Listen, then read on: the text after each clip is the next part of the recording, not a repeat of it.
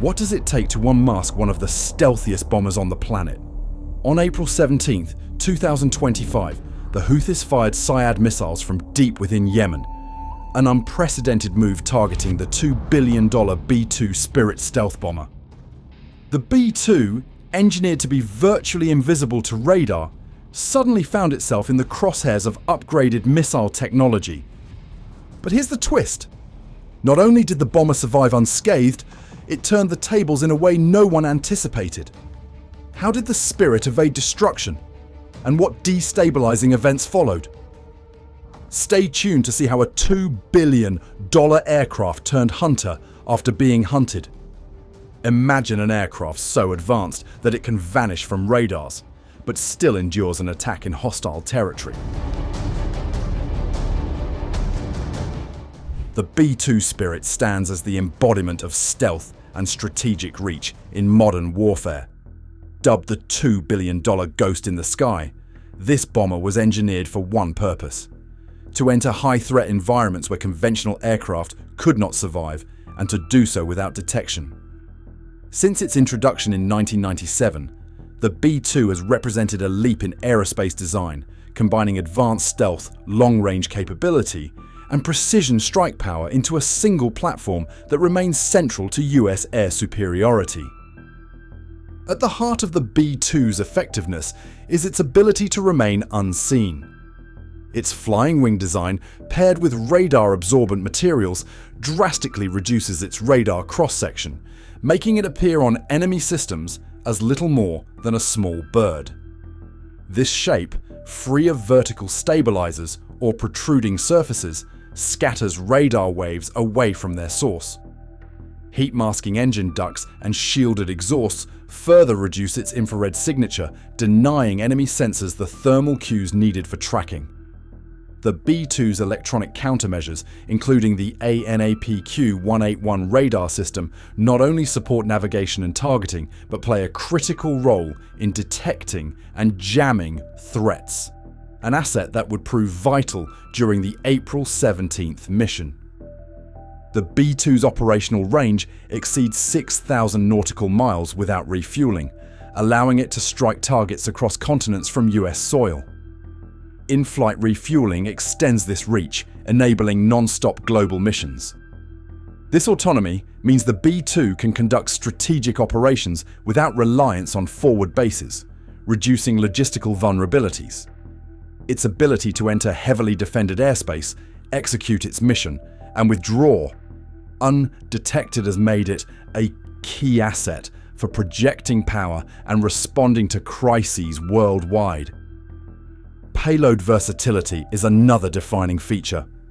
The B-2 is capable of carrying conventional precision-guided bombs and massive ordnance penetrators, giving it the flexibility to target a range of objectives, from hardened command bunkers to infrastructure critical to enemy operations. Its ability to deliver these munitions with pinpoint accuracy, even in contested airspace, is a product of both its stealth design and advanced targeting systems. The B-2's operational history underscores its value. During the Kosovo War, the bomber executed precision strikes against Serbian military targets, flying directly from the United States and returning without detection or interception. This mission demonstrated the aircraft's unique combination of range, stealth, and precision, setting a precedent for its use in subsequent conflicts. The B-2's presence alone often serves as a deterrent, signaling capability and intent to adversaries. Despite its advantages, the B-2 is not immune to evolving threats. The Yemen incident highlighted this reality. While the aircraft's stealth is effective against most conventional radar and missile systems, asymmetric tactics and adaptive adversaries present new challenges. The Houthis, equipped with foreign-designed missile systems and advanced radar supplied by external actors, managed to exploit gaps in the B-2's traditional advantages. Their use of Sciad missiles, specifically designed to hunt high-value targets, forced the B-2's crew to rely on every element of the aircraft's defensive suite, including electronic countermeasures and rapid deployment of flares and decoys, to evade destruction. The Spirit's survivability in such hostile conditions is not solely a function of its technology. Each mission is supported by a network of intelligence assets, satellites, reconnaissance aircraft, and ground-based analysts, working in concert to provide real-time data and threat assessments. The fusion of this intelligence with the B-2's onboard systems allows for rapid adaptation when facing unexpected dangers. Every maneuver, every countermeasure is calculated to maximize the aircraft's chances of survival and mission success. Yet, the encounter over Yemen was more than a test of hardware. It was a demonstration of how the B-2's design philosophy, stealth, precision, and adaptability remains relevant, but also how adversaries continue to evolve. The Spirit's ability to evade the Sciad missile strike and turn the engagement to its advantage was a testament to years of technological investment and operational discipline. However, it also signaled that even the most advanced aircraft must contend with the unpredictable nature of asymmetric warfare. As the world watched the events unfold, a new question emerged. How did a resource-limited militant group manage to threaten an aircraft as advanced as the B-2? The answer lies in the evolution of the Houthis themselves. Few groups have redefined the boundaries of asymmetric warfare like the Houthis. Originating in northern Yemen, the group began as a grassroots religious movement in the 1990s and steadily transformed into a formidable military and political force. As Yemen's civil war intensified, the Houthis capitalized on instability, leveraging unconventional warfare to challenge adversaries with far greater resources. Officially known as Ansar Allah, they have consistently frustrated larger militaries, including a Saudi-led coalition supported by Western powers, by emphasizing tactics that exploit unpredictability and speed over brute force. Their transition from local insurgency to a force with global impact has been marked by a relentless focus on asymmetry. The Houthis avoid direct confrontation with superior forces, instead favoring rapid targeted strikes intended to expose weaknesses in conventional military operations. This strategy has allowed them to maintain influence on the battlefield despite limited resources, demonstrating that determination and adaptability can offset disparities in firepower. A critical factor in their rise has been the adoption and refinement of missile and drone technology. Over the past several years, the Houthis have gone from employing improvised weapons to deploying advanced missile systems capable of striking high-value targets far beyond Yemen's borders. Their arsenal, which includes Scud derivatives and more sophisticated models, has enabled them to conduct operations against Saudi oil infrastructure and military bases, often with notable precision. Of particular significance are the Sciad missiles. The group's drone fleet has also evolved, supporting both reconnaissance and direct attacks, further complicating the operational environment for their adversaries. These advancements have not occurred in isolation. The Houthis' relationship with Iran has been instrumental in their military development. Iranian support has included not only the transfer of weapons and technical expertise, but also real-time intelligence.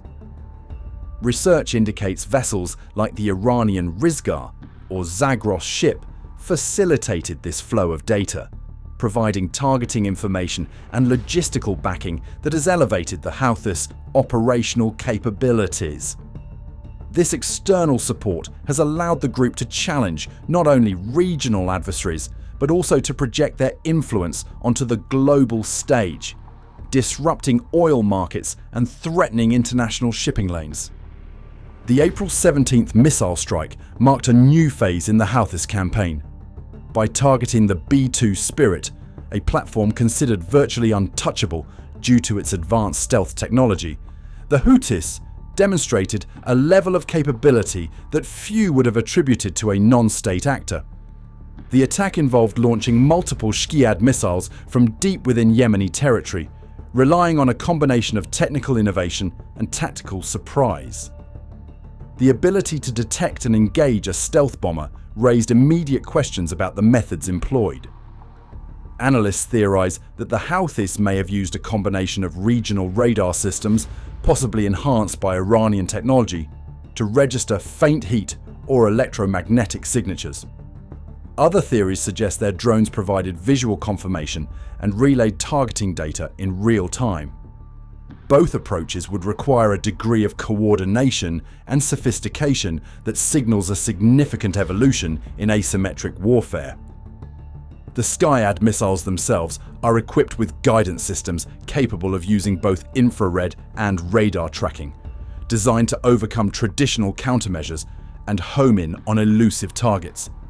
This capability, combined with the group's willingness to innovate tactically, forced the B-2's crew to activate a full suite of defensive systems, electronic countermeasures, flares, and decoys in an effort to evade destruction. The engagement highlighted the shifting nature of modern conflict, where even the most advanced technology must contend with rapidly adapting threats. While the attack did not bring down the B-2, it sent a clear signal to military planners and policymakers. The era in which stealth and technological superiority guaranteed safety is over. The Houthis' ability to threaten a platform as advanced as the B-2 Spirit underscores the growing reach of non-state actors equipped with modern weaponry and backed by external powers. Their actions have forced a reassessment of established doctrines and highlighted the need for continual adaptation in both strategy and technology. As the dust settled over Yemen, the implications of the strike reverberated far beyond the immediate battlefield. The world's attention shifted to the details of the engagement, setting the stage for a closer examination of what unfolded on April 17, 2025, a day that would test the limits of both stealth and survival. April 17, 2025 marked a turning point for both the B-2 Spirit and the evolving threat landscape in Yemen. The standard surveillance mission shifted rapidly when radar operators in Houthi-controlled territory detected a faint heat signature at high altitude.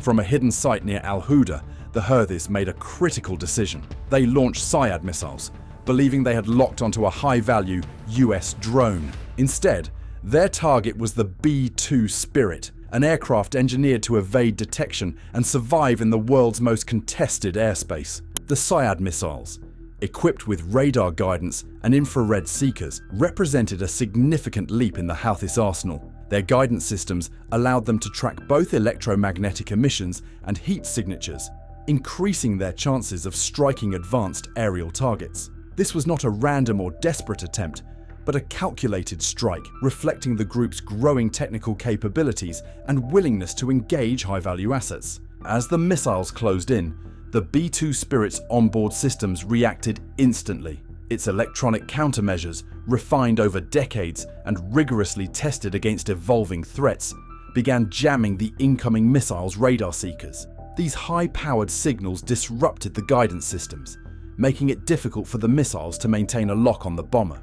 Simultaneously, the B-2 deployed flares, superheated decoys designed to mimic the thermal output of its engines. The combination of jamming and decoys presented the missiles with conflicting data, forcing them to veer off course. The tension in the cockpit was immediate and intense. For a few moments, the outcome hung in the balance as the missiles adjusted their trajectories mid-flight. Then relief. Each missile lost its lock, drawn away by the flares and confused by the jamming signals. The B-2 emerged from the encounter unharmed, its defensive suite having proven its effectiveness under real-world conditions. The incident underscored the value of continuous upgrades and persistent testing, ensuring that the aircraft's countermeasures remained relevant against new and sophisticated threats. Survival, however, was only part of the story. As the B-2 evaded the attack, its sensors were actively collecting a wealth of battlefield intelligence. The aircraft's ANAPQ-181 radar system and electro-optical sensors captured radar emissions, missile launch vectors, and the precise coordinates of the launch site near Al-Houda. Synthetic aperture imaging mapped the surrounding terrain, while infrared sensors tracked the heat signatures of both the Sciad missiles and associated command facilities. All of this data was processed on board and relayed via encrypted satellite links to analysts at Diego Garcia, allowing for immediate assessment and response. This real-time intelligence proved critical. Analysts quickly reconstructed the attack, identifying not only the location of the concealed missile site, but also the broader network of Houthi command nodes and radar stations supporting the launch. The rapid transfer of this information was essential given the Houthis' reputation for relocating assets after an engagement. Every second counted, and the B-2's ability to gather and transmit actionable intelligence in the midst of a hostile encounter set the stage for what would follow. The attempted strike was unprecedented. A group employing asymmetric tactics had come close to targeting one of the most advanced aircraft in the world. Yet, the B-2's survival and intelligence gathering turned what could have been a costly incident into a strategic advantage. The Houthis, unaware that their positions and operational patterns had been exposed, remained vulnerable in the aftermath. The data collected during the attack provided a clear picture of their capabilities and intentions. The events of April 17th forced a reassessment of both the risks and opportunities present in modern conflict zones. The B-2 Spirit did more than evade destruction. It leveraged the encounter to gather intelligence that would shape the next phase of operations. The stage was set for a decisive response, one that would demonstrate not only the resilience of advanced air power, but also the speed and precision with which it could retaliate. With the Spirit sensors relaying a constant stream of battlefield intelligence, the US command infrastructure moved rapidly into action. The B-2's data, encrypted and transmitted in real time, arrived at Diego Garcia, a remote island base often described as an unsinkable aircraft carrier due to its strategic location, robust satellite communications, and ability to support long-range operations. Here, analysts immediately processed radar maps, infrared signatures, and electronic emissions, assembling a comprehensive picture of the Houthi operational network. Within minutes, they identified a concealed command post that coordinated missile launches, drone strikes, and logistics across the region. The urgency was clear. The Houthis had a history of relocating after engagements, and any delay risked losing the target. Commanders bypassed standard approval channels, authorizing a strike before the window of opportunity closed. The B-2 Spirit, already on station and loaded for deep strike missions, transitioned from intelligence gathering to attack mode. Its bomb bays carried GBU-57 massive ordnance penetrators, 5,000-pound munitions engineered to destroy hardened underground bunkers. These bombs, programmed mid-flight with the coordinates gathered moments earlier, were designed for single-pass precision. The Spirit's ability to receive, process, and act on live intelligence in a single sortie exemplified the integration of technology and operational doctrine. The bombs found their mark. The underground command center, once shielded from conventional attack, was destroyed in a single, calculated strike. What had been the nerve center for recent Houthi operations was now reduced to debris, its command and control functions eliminated in minutes. This focused strike didn't just dismantle capabilities, it sent an unmistakable warning.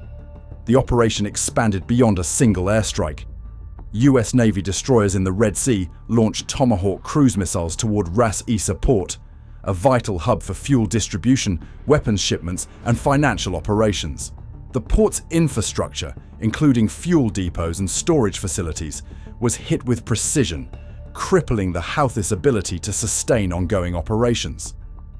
Simultaneously, FA-18E Super Hornets from a nearby carrier strike group targeted secondary fuel clusters and underground tunnels at Ras Isa using JDAM precision-guided bombs. Their electronic warfare suites suppressed enemy radar and communications, ensuring that anti-air defense were rendered ineffective. The combined effect of these strikes was immediate. Houthi supply chains collapsed, and their operational reach was significantly curtailed. The consequences of these actions extended well beyond the battlefield. The destruction of Ras Isa, a key logistical asset, reverberated through the region's economic and political systems. Shipping costs surged, energy markets reacted to the sudden disruption, and the risk premium for vessels transiting the Red Sea rose sharply.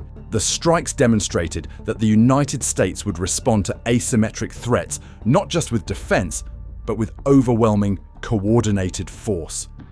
This posture aimed to deter further aggression, signaling to both state and non-state actors that high-value US assets would be protected by every means available. The events of April 17, 2025 also marked a significant doctrinal shift. The US response moved from a reactive stance to one of immediate, active engagement, prioritizing rapid intelligence exploitation and decisive retaliation.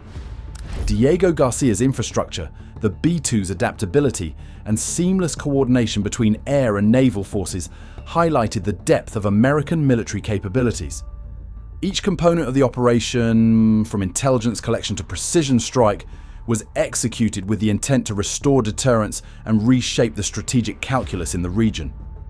The B-2 Spirit's role in this engagement went far beyond that of a stealth bomber. It served as a mobile intelligence node, a precision strike platform, and a visible demonstration of technological superiority. The Houthis' attempt to target the Spirit set in motion a chain of events that not only neutralized an immediate threat, but also redefined the boundaries of modern conflict. The aftermath left military planners and observers worldwide with a new understanding of how warfare is changing, where the line between survival and retaliation is thinner than ever, and where the consequences of a single engagement can ripple far beyond the original battlefield. This incident highlighted a turning point in military doctrine. The B-2's narrow escape, rapid intelligence relay, and immediate retaliation redefined US engagement rules, triggering a doctrine where any act against American assets invites swift, overwhelming response. The Houthis' use of upgraded weaponry and unconventional tactics forced a real-time strategic shift, demonstrating that constant adaptation is essential in modern conflict. Looking forward, the encounter signals a future where both advanced stealth platforms and their adversaries will continue to innovate. Expect to see new developments in counter-stealth measures and integrated defense systems as nations respond to these evolving threats. Was it the B-2's countermeasures or the speed of retaliation that impressed you most? Let us know in the comments below, and don't forget to like and subscribe for more in-depth defense analysis.